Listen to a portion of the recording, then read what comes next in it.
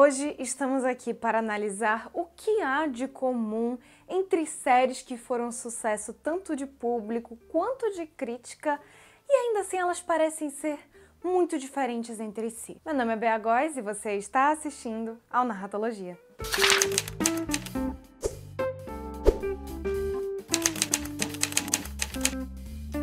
Tem algo que eu percebo muito, especialmente quando eu faço consultoria de roteiro, para séries principalmente. Tem um elemento que a gente sempre vê em manuais, que a gente sempre vê em livros teóricos sobre dramaturgia audiovisual, que é a questão de o que move a sua série. Esse questionamento de o que move a sua série, o que mantém o espectador preso a ela, é uma questão muito abrangente, mas cujas respostas não são encontradas exatamente em gênero, em fotografia, em personagem.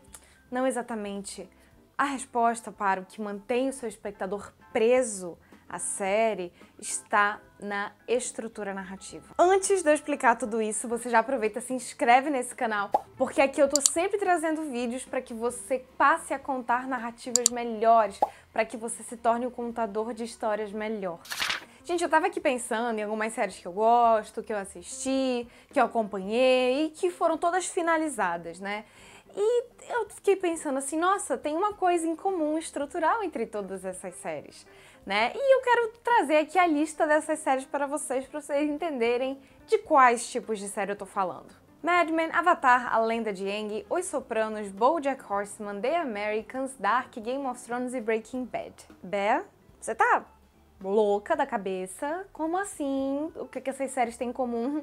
São séries diferentes em tom, gênero, estilo... Oi? Bom, gente, vamos lá. E a gente começa a entrar num papo muito interessante sobre construção, né? Sobre estrutura, sobre o que se trata o nível narrativo. E o nível narrativo de um produto fílmico, ele vem antes do nível discursivo, se é que vocês me entendem. Então, antes de tom, antes de estilo, antes de personagem, antes daquela coisa mais concreta que a gente enxerga, quando você faz tipo um raio-x na série, você começa a perceber o nível estrutural dela, como que aquelas peças estão organizadas, o esqueleto, de fato, da série. E algo que tem em todas essas séries é um elemento narrativo que nós, roteiristas e todos os manuais falam que é absolutamente necessário ter na sua série e, pra ser bem honesta com vocês, quase todas as séries têm. Só que não tem com a potência que essas séries que eu citei pra vocês têm. E este elemento, gente, é o que separa série de minissérie, série de filme. É o que faz a série ser uma série serializada, principalmente. E eu estou falando do que move sua série no sentido serializado, o motor serializado da sua série, aquilo que faz o seu espectador não ficar vidrado exatamente para ver o que vai acontecer entre um episódio e outro, mas entre uma temporada e outra, o arco narrativo da série toda, a macroestrutura da série. Pra gente começar, vou pegar aqui o exemplo de Avatar, A Lenda de Aang, porque é uma das minhas séries favoritas da vida, eu sou apaixonada por essa série e ela é absurdamente, ridiculamente bem escrita. O que acontece no primeiro episódio de Avatar? Nós temos um protagonista, né, que tem ali sua problemática de caráter clara, né? Aang ainda é um pouco imaturo. E aí, gente, o que é posto pra ele no primeiro episódio da série? Exatamente, ele precisa derrotar o Senhor do Fogo. Aí eu pergunto pra vocês, quando é que ele derrota o Senhor do Fogo? Ah, verdade, no último episódio da última temporada da série, no que a gente chama de Series Finale.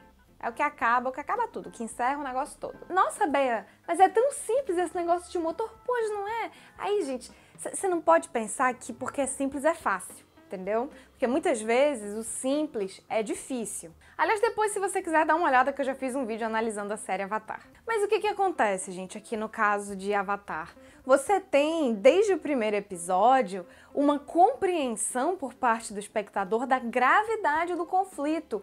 Então, basicamente, se o Aang não conseguir derrotar o Senhor do Fogo, várias pessoas vão morrer, vai acontecer uma tragédia se ele não conseguir derrotar o Senhor do Fogo. Inclusive, depois, não demora muitos episódios, ele ainda coloca uma data. Então ele tem que derrotar o Senhor do Fogo até a data tal, né? Pra gente aumentar a tensão dramática, né? Porque a tensão dramática é sempre bom. Por que eu comecei pegando o exemplo de Avatar? Porque nesse caso a gente tá falando de uma série que ela foi feita para um público jovem. E por causa disso, ela precisava ter um motor muito claro.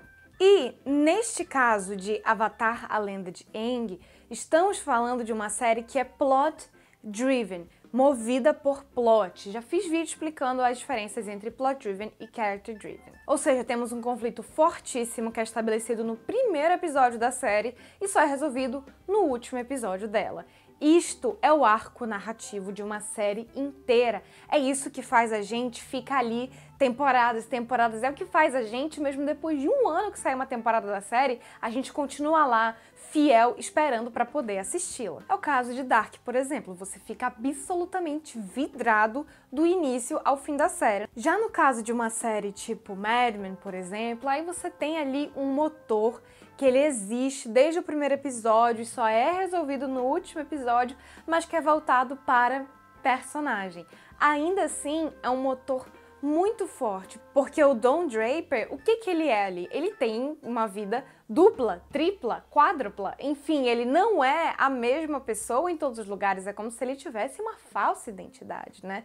E quem acompanha a série sabe que ele de fato tem uma falsa identidade. E esta falsa identidade só será resolvida no último episódio da série. Novamente, você tem um arco, nesse caso de Mad Men é mais sutil da gente pegar, exige um pouco mais de interpretação, por ser de personagem e não de plot, mas ainda assim percebam como eu coloco um conflito, neste caso interno, que só é resolvido lá no último episódio da série. Game of Thrones, por exemplo, quem vai ficar com o trono? A gente só resolve isso lá no último episódio da série de novo. Tá, beleza, mas como é que eu consigo construir esse conflito forte que consiga segurar várias temporadas?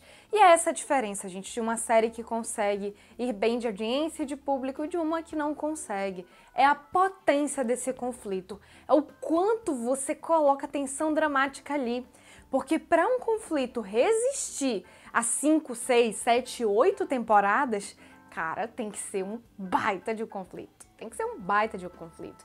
E aí isso vai depender de como você organiza a sua estrutura e do quanto de tensão você vai colocar nesse motor. Quanto mais tensão, melhor. Quanto mais tiver um nó ali e for difícil de resolver aquela tensão, melhor ainda. Porque isso vai fazer com que sua série seja resistente a várias e várias temporadas.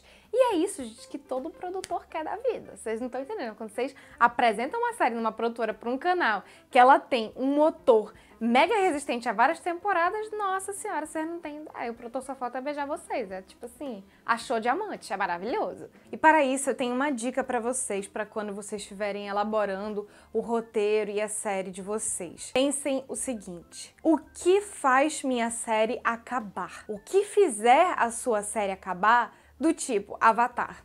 Ah, quando o Aang derrotar o Senhor do Fogo, a série acaba. Você tem que ter isso muito claro na sua cabeça e não me inventa de fazer um parágrafo inteiro para explicar isso, porque isso já mostra que seu motor é fraco. Motor forte é assim, é curto. Você consegue, com poucas palavras, dizer o que faz a série acabar. Mad Men. Quando Don Draper resolver seu problema interno de falsa identidade, aí a série acaba. Entende? São frases curtas, gente. O motor não é algo tipo assim, ai, um grande parágrafo, não. São coisas pequenas. Quando isso acontecer, a série acaba.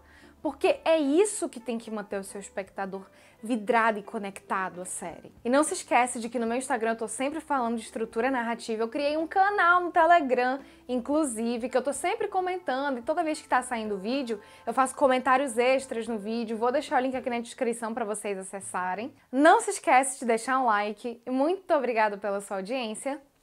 Tchau!